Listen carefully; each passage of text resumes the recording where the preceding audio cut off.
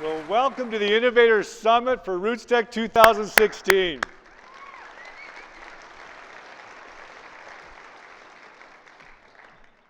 Seriously. First public address, Shipley, and this is how you welcome me. All right, I'll run with this.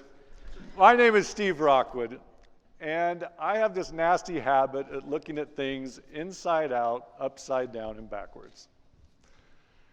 And you do too. As innovators, you make a living at looking at whatever you're going for and trying to find a different way to approach it. I love that about you. And I'm so glad we have the Innovator Summit and the rest of RootsTech to recognize you, to celebrate you, and most importantly, to thank you for the way you look at things. As Shipley mentioned, I had a chance to look at our call center industry a little bit differently. In 1998, my partner Jim Ball and I had successfully helped sell a company, and with the options we had, we decided to fund our own company. We created Alpine Access in Golden, Colorado.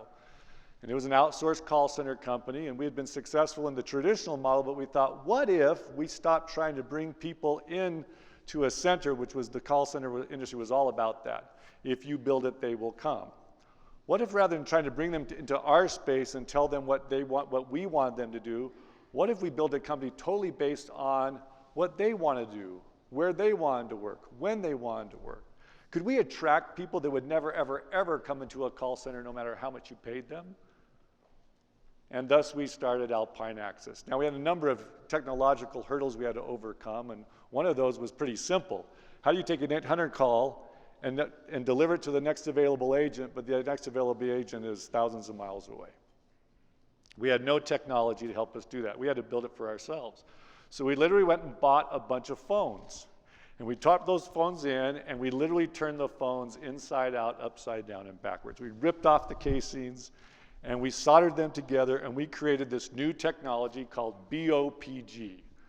And we took this new technology, homegrown technology, and we took it to investors, and we took it to early adopter clients, and we said, here is the bi-directional off-site phone generator. And this is going to revolutionize the call center industry.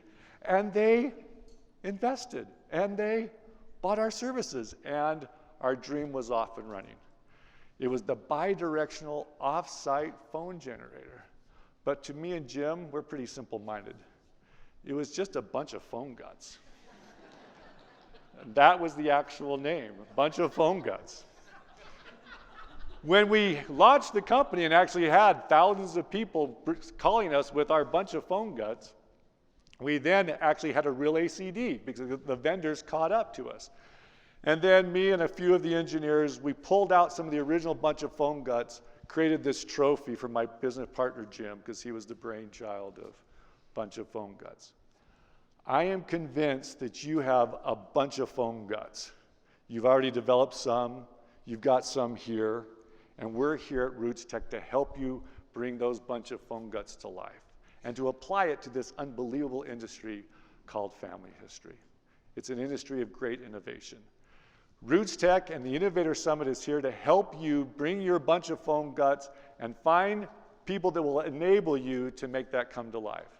I hope that the next 4 days will be very fruitful for you as you find partners, whether that's investors, vendors, or other enablers to bring your dream to pass. Now, most companies, and especially startups, are scared to death of competition. I'll never forget the first time we found out that there was another company down in Florida doing the exact same thing we were trying to do. We thought, wait, we're the only brilliant minds that thought of this.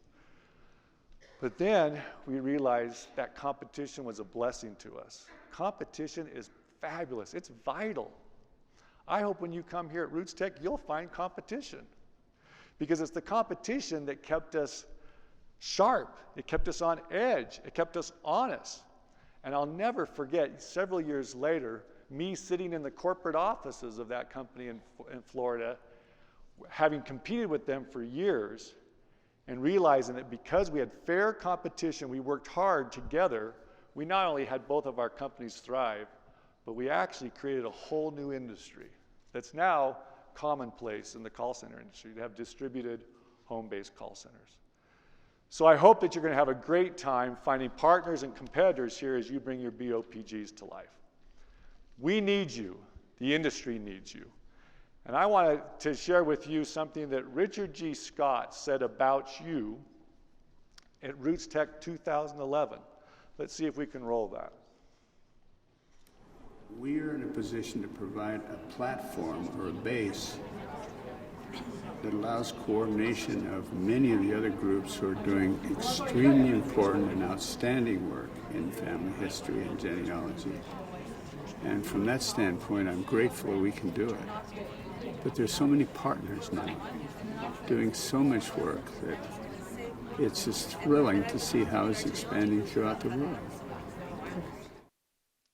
Elder Scott recently passed away, but I want to echo his words. It is thrilling to see you here now in RootsTech 2016, 5 years later, as you're growing this industry with your innovations. Now, while FamilySearch International is one of the oldest players in this space, I'm so glad that they've been willing to continue to look at this industry in very fresh, inside out, upside down, and backward ways. You saw it when we came up with this crazy idea called the public family tree. You saw it a few years ago here at RootsTech when we said, what if we don't just concentrate on facts of the chart, but actually start with stories of the heart in order to engage more people? You see it in the way that we're going after now, ways to engage millennials and teenagers. They don't have much cash, but we know that they are the future to this industry. And you see it as we, as FamilySearch International, as a nonprofit global organization, are feverishly trying to find ways to help people in third world countries participate in this great work. We hope that as a nonprofit, neutral facilitator, we'll always be able to help you get together and with your innovations and grow this industry to much bigger heights than we could ever imagine before. Now, in order to do that, we've gone all over the world. As Shipley mentioned, I've been with FamilySearch now for 11 years, but I've never been here in headquarters. That whole time I've been out in the field, and primarily in the international markets. So it's that outside looking in approach that I bring to FamilySearch now with my new role as CEO. We have found, being all over the world, there's this unbelievable thing in family history. It is so powerful, it's so core, and it's universal. It's these feelings that people feel when they engage in family history. They're feelings of the heart. I don't care where you are. When people tell you what the feelings they felt, they will tell you in the islands of the sea, or right here in Salt Lake City or in New York City, they'll tell you, I feel love, I feel joy, I feel peace. These are powerful core feelings that everyone has. Now, enthusiasts will add to that. They'll say they love the hunt. They love the eureka moment when they discover something. But everyone seems to have these positive feelings. And those positive feelings engage people then to start to act. And when they act, they now are doing these activities of family history, and they've developed skills. And those skills then bring about these great results. And when you have these feelings, these skills, and these results, you have a very, very healthy industry that's only going to grow. Now, we can continue to improve different experiences that evoke those feelings, create those skills, and bring about those results. And there's 101 ways that you can evoke those feelings. But we have decided, you know what, we're going to hone in on 5 categories of experiences that invoke these emotions. And I just want to share with you the 5 categories of experiences that we're honing in on worldwide. Maybe that will help you in your innovations. First one is discovery experiences. These are those first initial heart-turning experiences. As simple as a story at the dinner table to extremely sophisticated algorithms that bring about hints on your family tree. We also are looking at family trees. Those things that bind and connect you and I together, and we can watch those trees grow before our eyes. Searchable records. Now, there's a big difference between records and searchable records. Enthusiasts, they'll dive into records all day. But if you and I want to involve many more people, we as an industry have to figure out how do we make those records searchable? How do we do it faster, more effectively? This is a huge, huge nut for us to crack together that will require innovation and technology. It's especially important for the new generation, the Google generation, that's what they're going to require. Memories. We've talked about stories and photos. I would suggest to you that this is going to involve more people in this industry than just about anything else we do. I'd also submit that the millennials and the teenagers of today, they are a journaling generation like the world's never seen before. They just happen to do it in small little tweets and posts and Snapchats. How can you and I take that everyday event that's going on throughout the world and add to that the emotions of family history, the skills and the results? And then finally, contextual help. How can we provide help where they are and give it the way they want to give it? We've got wonderful help structure for enthusiasts. Many different innovators and providers are providing that.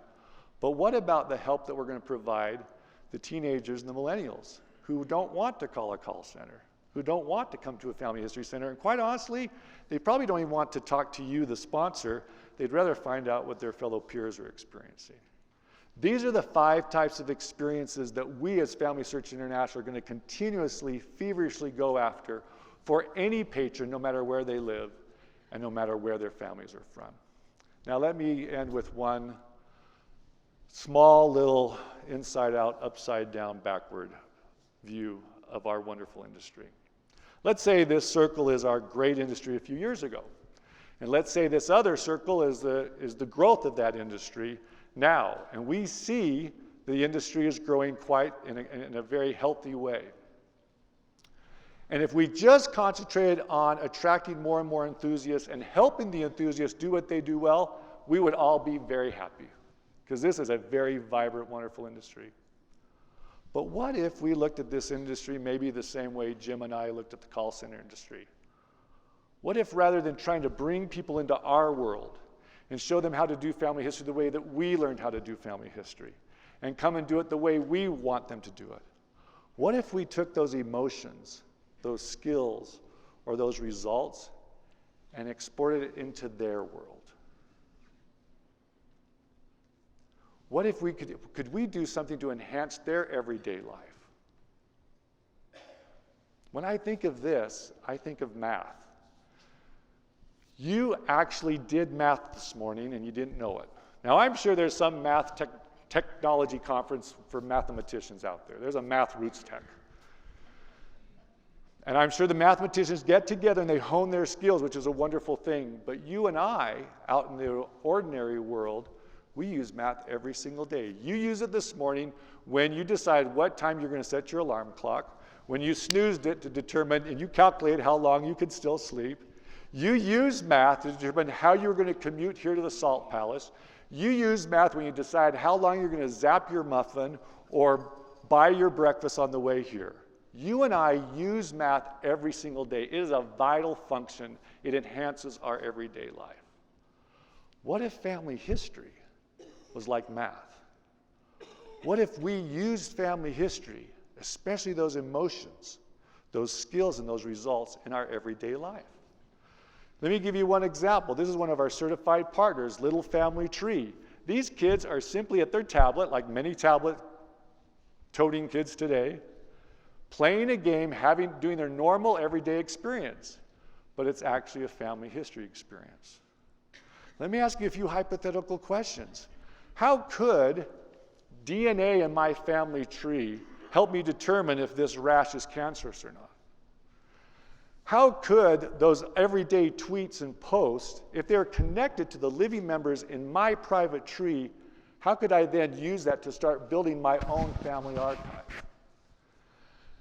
How could I take my normal everyday use of Siri, and as I'm getting directions to the Salt Palace, also get a suggestion, you might want to go over in Sugar House and take a look at the house that your grandparents built.